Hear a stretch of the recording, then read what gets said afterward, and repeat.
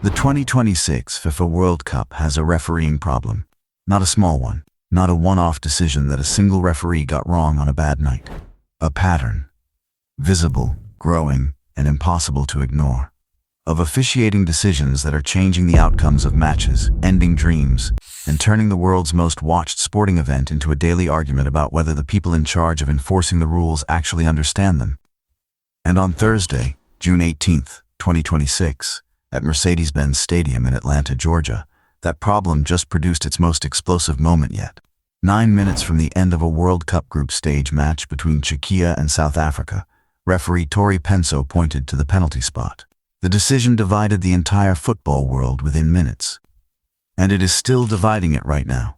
To understand why Thursday's penalty decision at Mercedes-Benz Stadium in Atlanta caused the reaction it did, you first need to understand what was at stake for both teams going into that match on June 18, 2026. Czechia arrived at Mercedes-Benz Stadium in Atlanta having lost their opening group stage match 2-1 to South Korea. For a team that had not appeared at a World Cup in 20 years.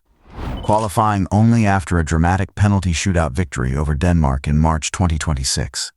That defeat was a gut punch. One more loss and Czechia's World Cup would effectively be over before it had started.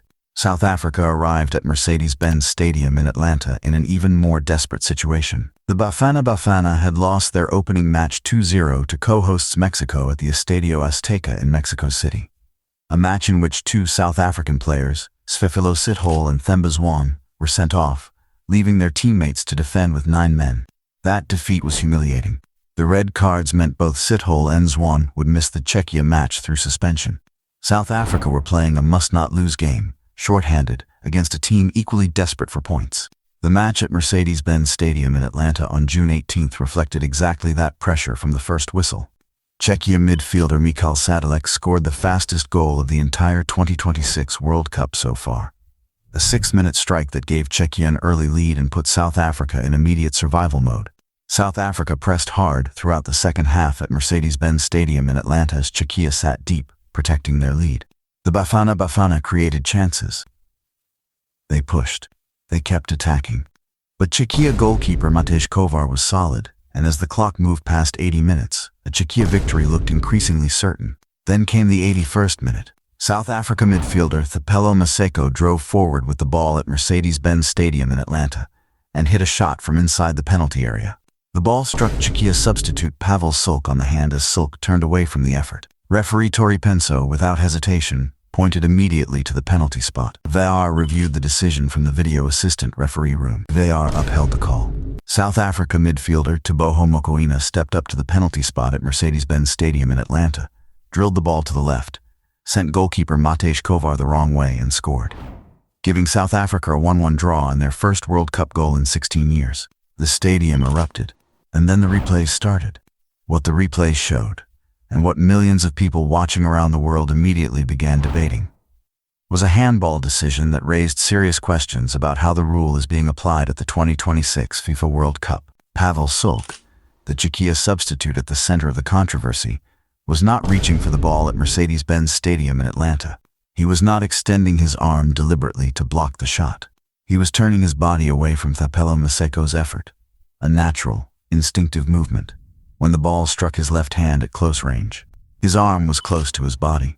The contact was minimal. The distance between Maseko and Sulc when the shot was struck was extremely short, leaving Sulc virtually no time to react or move his arm out of the path of the ball. Football fans watching the replays immediately took to social media. "If that's handball, the game's gone," wrote one user on X within minutes of the decision. Others described the call as brutal and harsh. One fan wrote, "Come on, that's too much for a handball on the 18-yard line from a hit and hope." Another simply asked, "Bro, how was that a handball?" The frustration was not simply about this one decision. The frustration was about what this decision represented in the context of a tournament that has already produced more refereeing controversy than most World Cups generate in their entirety. The 2026 FIFA World Cup refereeing problems did not begin at Mercedes-Benz Stadium in Atlanta on June 18th. They began on day one, at the Estadio Azteca in Mexico City on June 11th, 2026. The World Cup's opening match between South Africa and Mexico produced 3 red cards.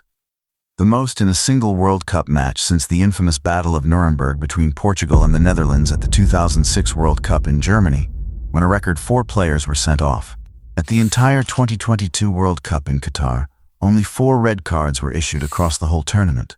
The 2026 World Cup produced 3 in its very first match. In the days that followed the opening match at the Estadio Azteca in Mexico City, the refereeing controversies multiplied. VAR room supervisor Sean Evans was caught on camera during the broadcast of the Germany vs. Curaçao match at NRG Stadium in Houston, making a gesture the Anti-Defamation League has classified as a white supremacist symbol. FIFA opened an investigation. Evans remained on the officiating panel. Then, at Mercedes-Benz Stadium in Atlanta on June 18th, referee Tori Penso became the latest official at the center of a World Cup controversy. Tori Penso is not an inexperienced referee. Tori Penso is one of the most accomplished officials in American football history. The first American woman to serve as a main match referee at a men's FIFA World Cup. Part of an all-female officiating crew alongside assistants Brooke Mayo and Catherine Nesbitt, who together became the first all-female crew to work a men's World Cup match. Her appointment was historic. Her credentials are genuine. She has officiated at the highest levels of women's football and worked her way through the American refereeing structure over many years. None of that changes the fundamental question the Pavel Sulc decision raised at Mercedes-Benz Stadium in Atlanta on Thursday evening. Was it a penalty? Referee Tori Penso said yes. VAR reviewed it and said yes. South Africa's players celebrated and said yes. Czechia's players were furious and said no. The football world is split almost exactly down the middle. And that split tells you everything about the state of the handball rule at this World Cup. The handball law in football has been one of the most debated and inconsistently applied rules in the modern game. Since FIFA and the International Football Association Board introduced stricter handball guidelines in 2019, referees and VAR officials around the world have struggled to apply the rule consistently. The core question: what constitutes a deliberate handball versus an accidental one, and how much a player's arm position affects the decision when the contact is clearly unintentional, has produced wildly different verdicts in different stadiums, in different leagues, and at different tournaments, sometimes within the same week. At the 2026 FIFA World Cup, that inconsistency is already on full display. The handball rule as it currently stands requires referees to consider whether the arm or hand is in an unnatural position, whether the player made themselves bigger, and whether the distance between the player who struck the ball and the player whose hand was struck gave any reasonable opportunity to react.